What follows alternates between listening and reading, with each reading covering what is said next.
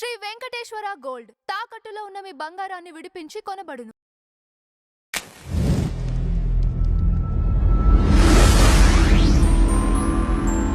Sir నమస్కారం. నమస్తే. Sir Mohan Babu గారి విషయంలో హైకోర్టు ఒక తీర్పునివ్వటం, ఆయనకి హైకోర్టులో చుక్కెదురు అని చెప్పేసి రకరకాల న్యూస్ చూస్తున్నాం. అసలు ఏం జరిగింది? మోహన్ బాబు గారు అరెస్ట్ అయ్యే ఛాన్స్ ఉంటుందా? అంటే మోహన్ బాబు యూనివర్సిటీలో అక్కడ వ్యవహార శైలి, మేనేజ్మెంట్ వ్యవహార శైలికి వ్యతిరేకంగా విద్యార్థులు ఆందోళనకు దిగటం. అంటే రకరకాలుగా స్టూడెంట్స్‌ని సఫర్ చేస్తున్నారు మేనేజ్మెంట్ అనేది చాలా కాలంగా గొడవ జరుగుతోంది. అంటే పర్టిక్యులర్‌గా హాస్టల్‌లో లేని వాళ్ళకి కూడా, బయట నుంచి వస్తున్న వాళ్ళకి, డే స్కాలర్స్‌కి కూడా మెస్ బిల్లులు ఏసేస్తున్నారని, ఇలాంటి కంప్లెయింట్లు చాలా కాలంగా నడుస్తున్నాయి. పేరెంట్స్ కమిటీ అనే పేరుతో చాలా కాలం క్రితం 3 ఇయర్స్ బ్యాక్ ఒక ప్రెస్ మీట్ పెట్టి కూడా మాట్లాడారు. ఓకే. ఈ స్టూడెంట్స్ కొంతమంది ఎస్ఎఫ్ఐని అప్రోచ్ అయ్యారు. Student federation of India, CPM పార్టీకి చెందినటువంటి విద్యార్థి విభాగం అది. వాళ్ళని అప్రోచ్ అయినప్పుడు మనం సీరియస్‌గానే హ్యాండిల్ చేద్దాం దీన్ని అని చెప్పి వాళ్ళు ఒక కాలేజీలోనే ఒక ఉద్యమానికి పిలుపునివ్వటం, అక్కడ నిరసనలు తెలియజేయటం, ధర్నాలు, ఇలాంటి కార్యక్రమం, అలాగే బయట పోస్టర్లు వేయటం, ఇలాంటి పనులు మొదలైపోయినాయి. ఒక ఉద్యమ వాతావరణం వచ్చేసింది అక్కడ. ఈ వచ్చిన తర్వాత దీన్ని ఎలా కంట్రోల్ చేయాలి అనే దానిలోకి వెళ్ళిపోయారు. అందరూ ఏ కాలేజీలోనైనా జరిగేదే ఇది, ఏ యూనివర్సిటీలోనైనా జరిగేదే ఇది. విద్యార్థులు మేనేజ్మెంట్కి వ్యతిరేకంగా తిరగబడిన సందర్భంలో వాళ్ళని కూర్చోబెట్టి మాట్లాడి సమస్యల్ని పరిష్కరించడానికి ఏం చేయాలి అనే పద్ధతిలో ఆలోచించడం అనేది చేయాల్సిన పని. కానీ ముందు వాళ్ళని కంట్రోల్లోకి తీసుకుని అప్పుడు ఏం చేయాలనేది అప్పుడు డిసైడ్ చేద్దాం అనే ధోరణిలో వీళ్ళు వెళ్ళారు. బౌన్సర్లు ఎంటర్ అయ్యారు సీన్లోకి. ఎంటర్ అయ్యి అందులో ఒక స్టూడెంట్ని కిడ్నాప్ చేశారు. ఓకే. ఎవరైతే ఎస్ఎఫ్ఐ వాళ్ళతో అటాచ్ ఉన్నాడో అతన్ని కిడ్నాప్ చేశారు. కిడ్నాప్ చేసి నువ్వు ఇమీడియట్గా ఇవన్నీ క్లోజ్ చేసేయ్ అనే పద్ధతిలో బెదిరించారు అనేది ఎలిగేషన్. దాంతో ఈ కిడ్నాప్ కేసుగా మారింది అది.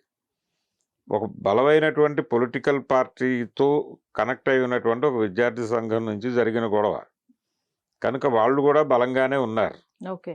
రాజీకి జరిగిన ప్రయత్నాలు కూడా విఫలమైనట్టుగానే కనిపిస్తోంది. కానీ మీడియాలో పెద్దగా రప్చర్ కాకుండా మోహన్ బాబు గారు కొంతమేరకు చూసుకున్నాడు. అంటే చాలా సహజంగా చాలా సందర్భాల్లో సినిమా వాళ్ళకి సంబంధించి, లేకపోతే కొంతమంది హైఫై పీపుల్ తాలూకా వ్యవహారాల్లో కొంత మీడియాని మేనేజ్ చేయటం లాంటి కార్యక్రమాలు జరిగిపోతాయి. అలాగే ఇది కూడా పెద్దగా ఎలివేట్ కాలేదు, ఏదో జరుగుతోంది అన్నట్టుగానే నడిచింది.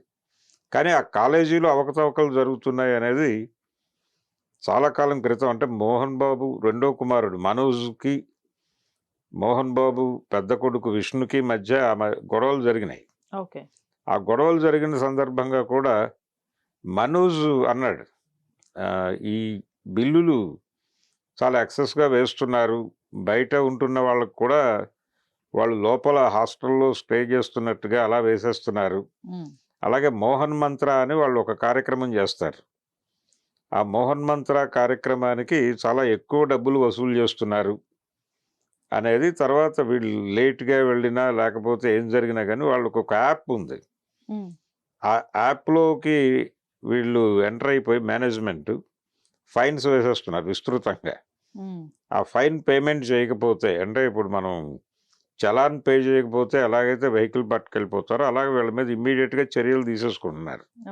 వాళ్ళ లోపలికి ఎంట్రీ లేకుండా పోతోంది.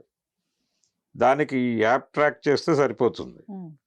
అందుకని మరీ ఇది నియంతృత్వం ధోరణితో వ్యవహరిస్తున్నారు వీళ్ళు, డబ్బుల కోసమే అన్నట్టుగా నడుపుతున్నారు అనే విమర్శ పేరెంట్స్ ఇంతకుముందే చేస్తున్నారు. స్టూడెంట్స్ నుంచి చాలా చిరాకు ఉంది.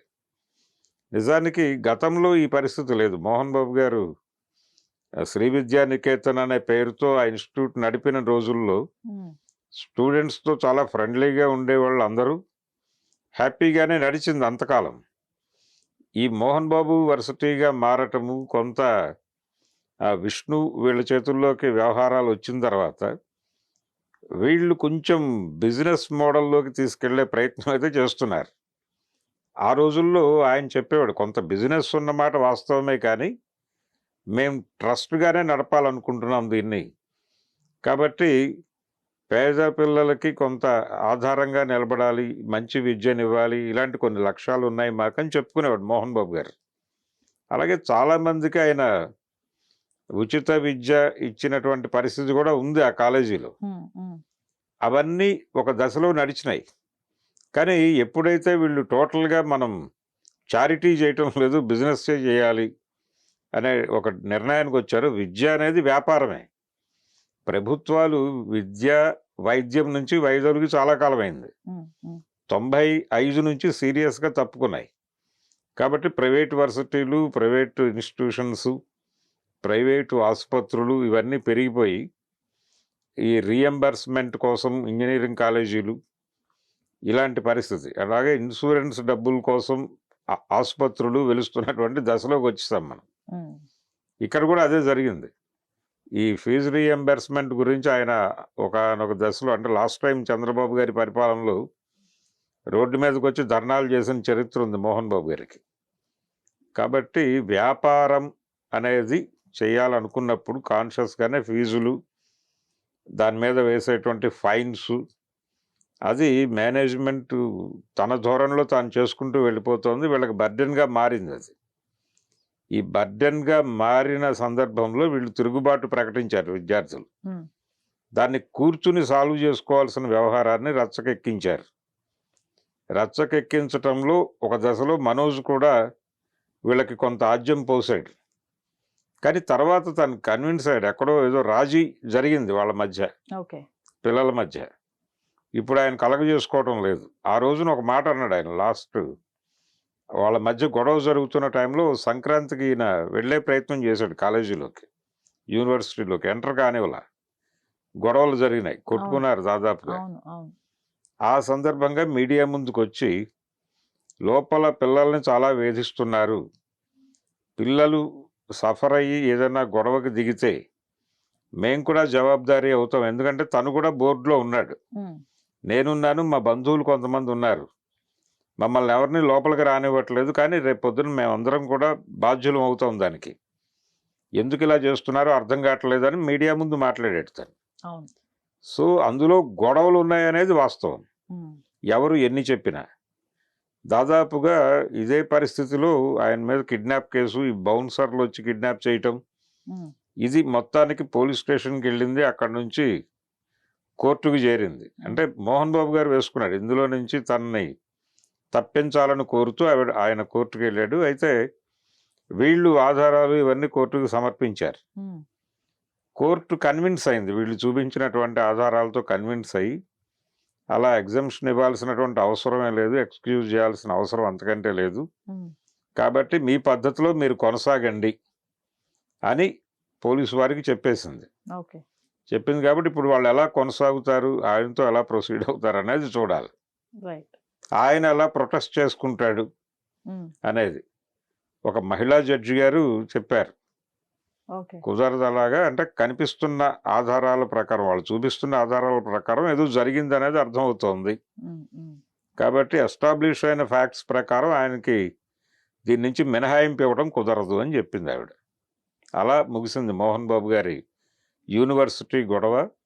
ఇప్పటికైనా బహిరంగంగా ఒక డిస్కషన్ పెట్టుకుని విద్యార్థి సంఘాలతోనూ విద్యార్థుల తల్లిదండ్రులతోనూ ఒక విస్తృత స్థాయి సమావేశం ఒకటి పెట్టి, అది వాళ్ళు ఎలా చేయదలుచుకున్నారు అంటే యూనివర్సిటీ ఫ్రెండ్లీగా నడపదలుచుకుంటే ఒక డిస్కషన్ పెట్టి ఈ వివాదాన్ని క్లోజ్ చేసుకోవటం మంచిది. Right sir, thank you. Thank you.